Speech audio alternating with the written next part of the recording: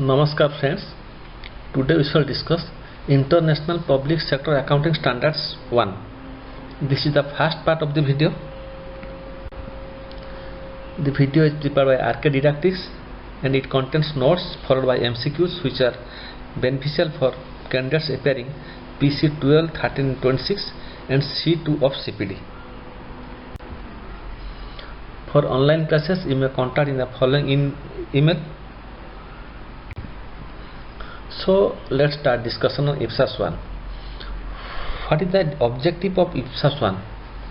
IPSAS-1 prescribes modalities for presentation of financial statements. The objective of IPSAS-1 is to prescribe the manner in which general purpose financial statements should be presented to ensure comparability. So there is two keywords. One is general purpose financial statement and second is comparability. The comparison is both with the entity's financial statements of previous period and with the financial statements of other entities. So the comparison with the financial statements of same financial statement with different periods and financial statements with other entities also. To achieve this objective, IPSAS-1 sets out overall consideration for the presentation of financial statements, guidance for their structure, minimum requirements for the contents of financial statements prepared under accrual basis of accounting. So to achieve this objective, IPSAS-1 prescribes guidance for the structure, what are the minimum requirements and the contents of financial statement which are prepared on accrual basis of accounting. What is the scope of IPSAS-1?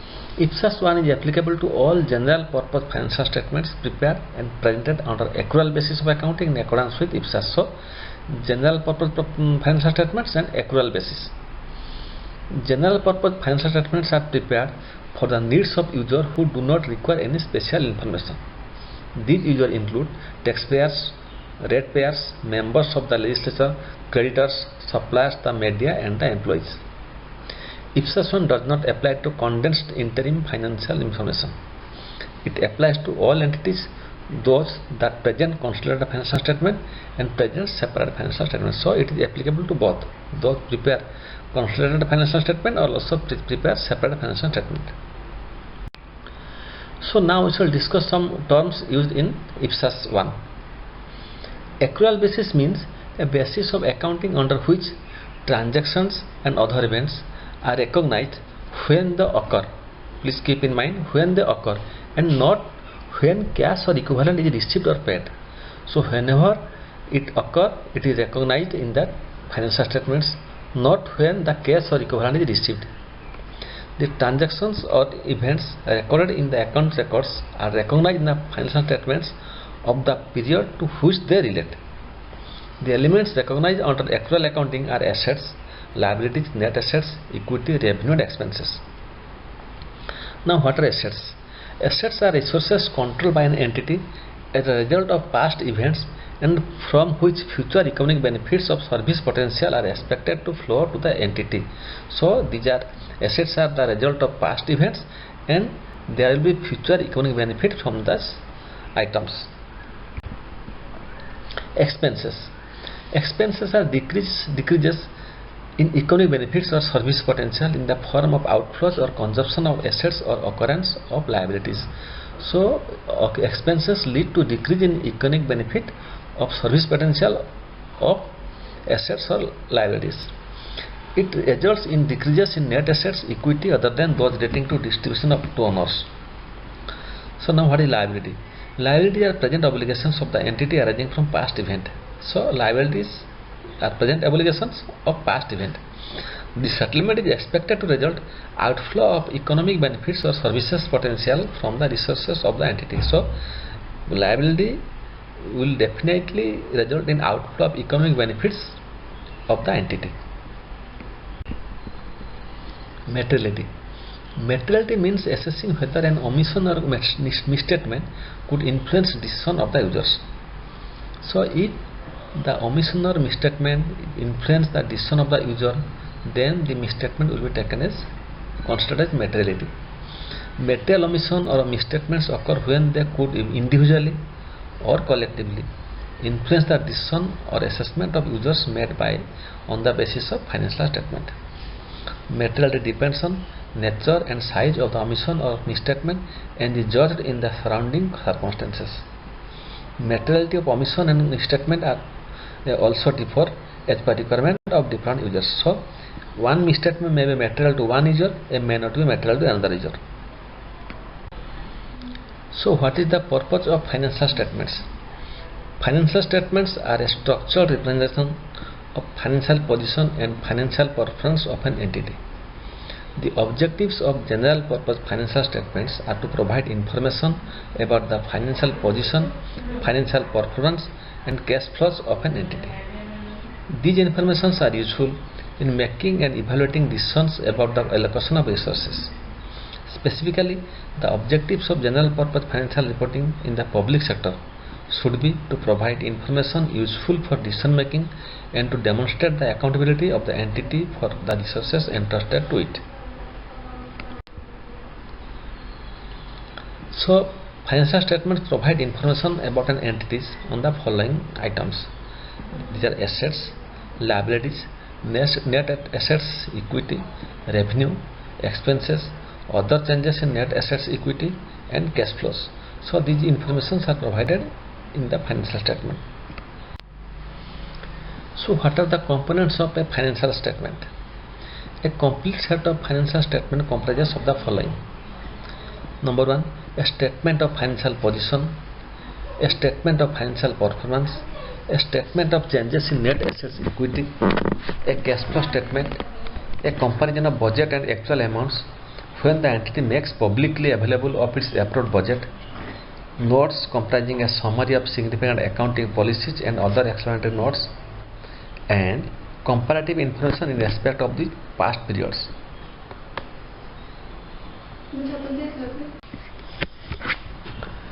Fair presentation and compliance with IPSAS.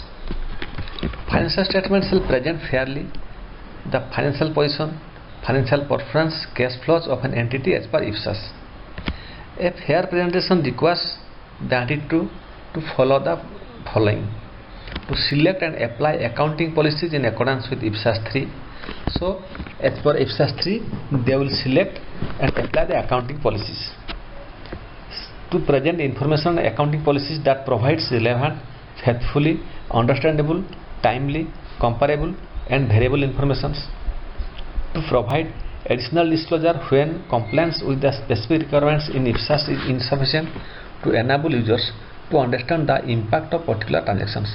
So these three things will be kept in mind so that fair presentation of financial statement can be done as per IPSAS. Going concern is an important consideration in preparation of financial statement as per IPSAS. Going concern means that the entity has no intention to liquidate it or to cease its operations in foreseeable future to meet its statutory obligations.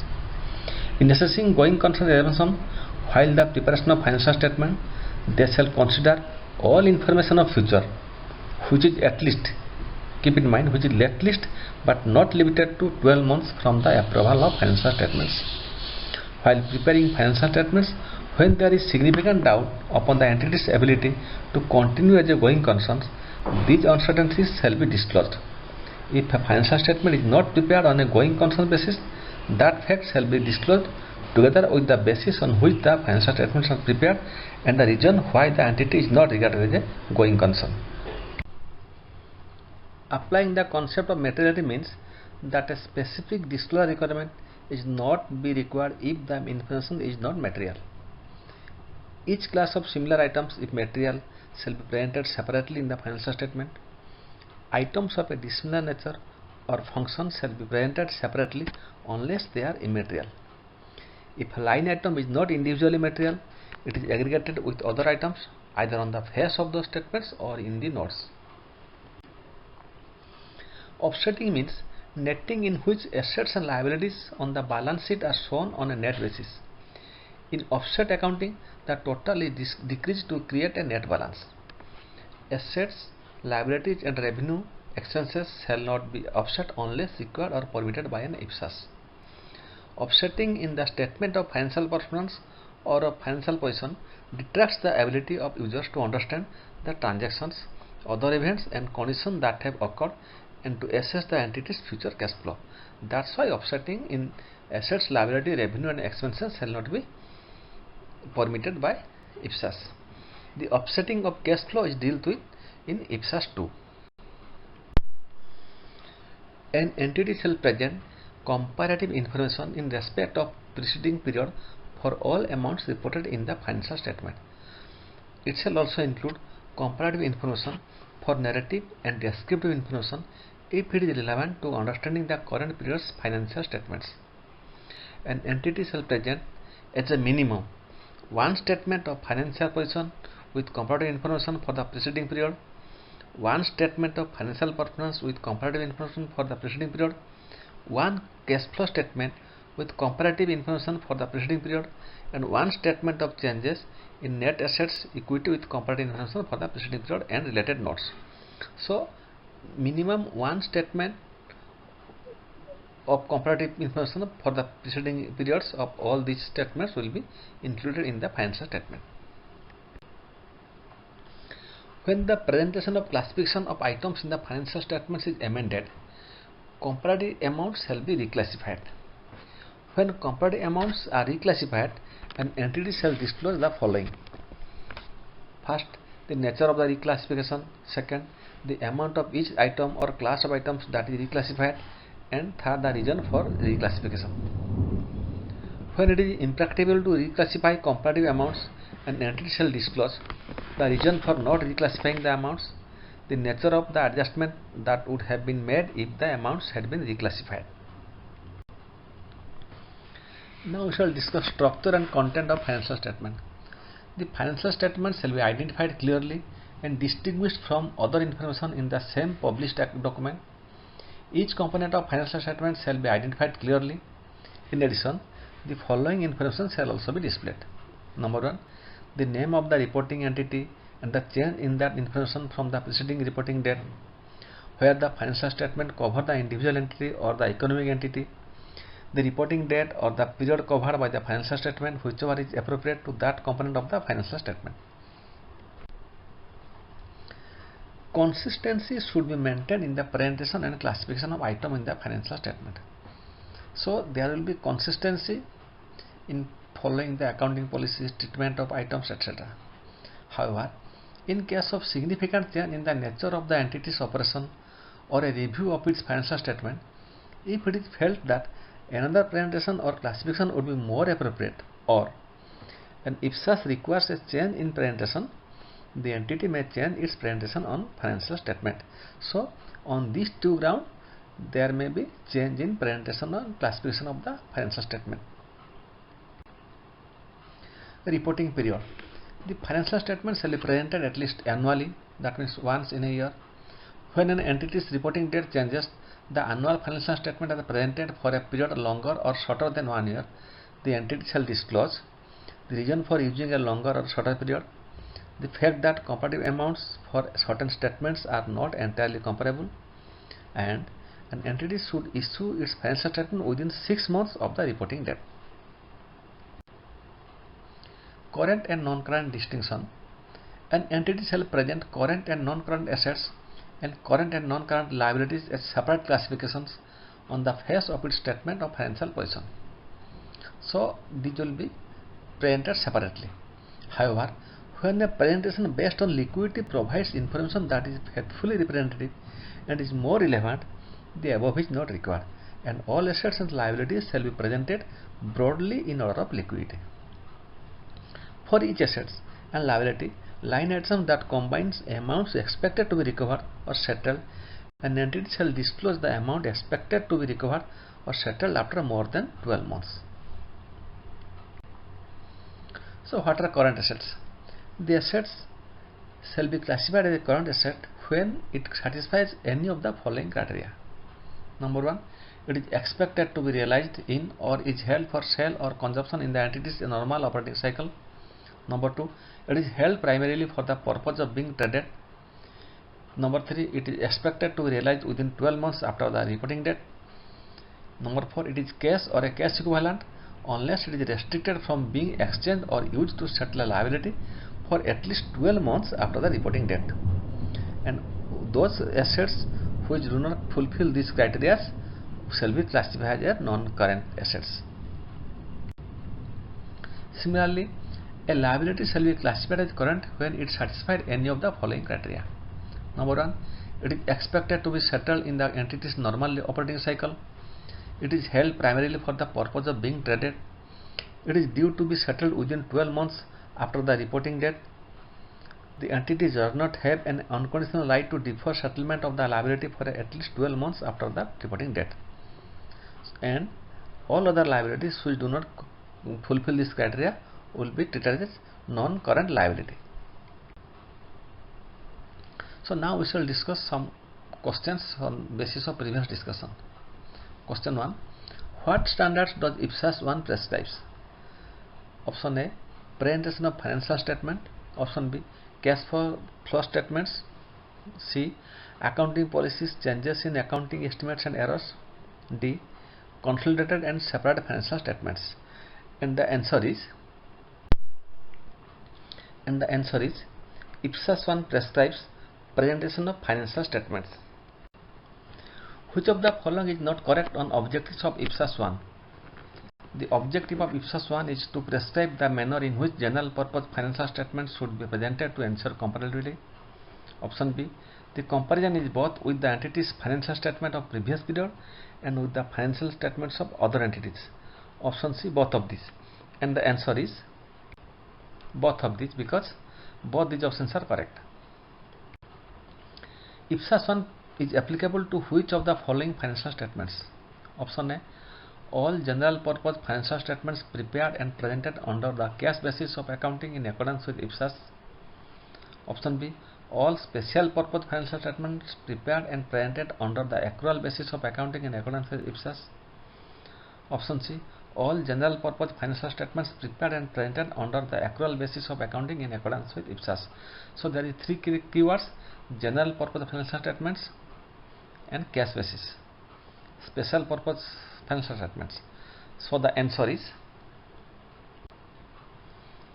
all general purpose financial statements prepared and presented under the accrual basis. So answer is C.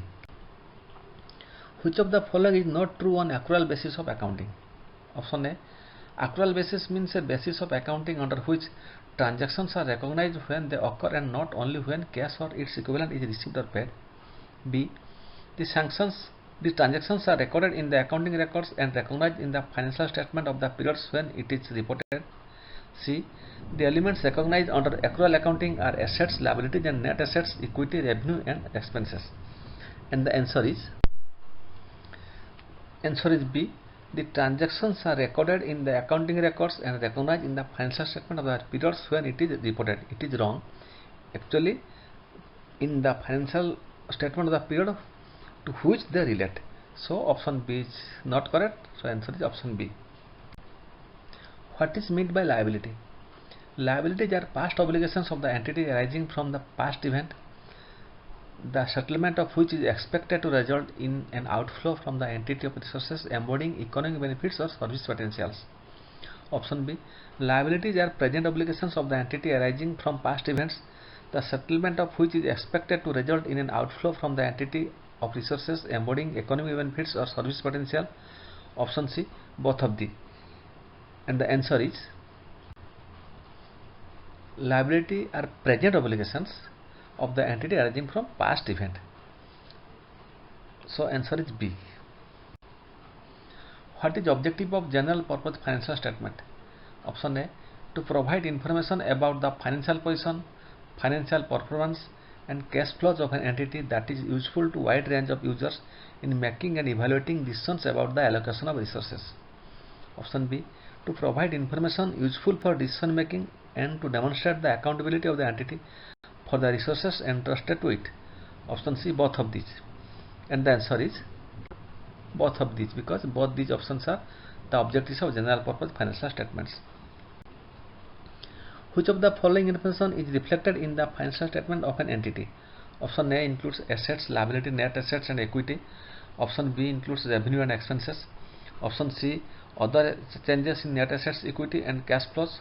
Option D, all of these. So the answer is all of these. All of these informations are reflected in the financial statement of an entity. Which of the following do not form a part of a financial statement? Option A, statement of financial position, financial performance, statement of changes in net assets, equity and a cash flow statement.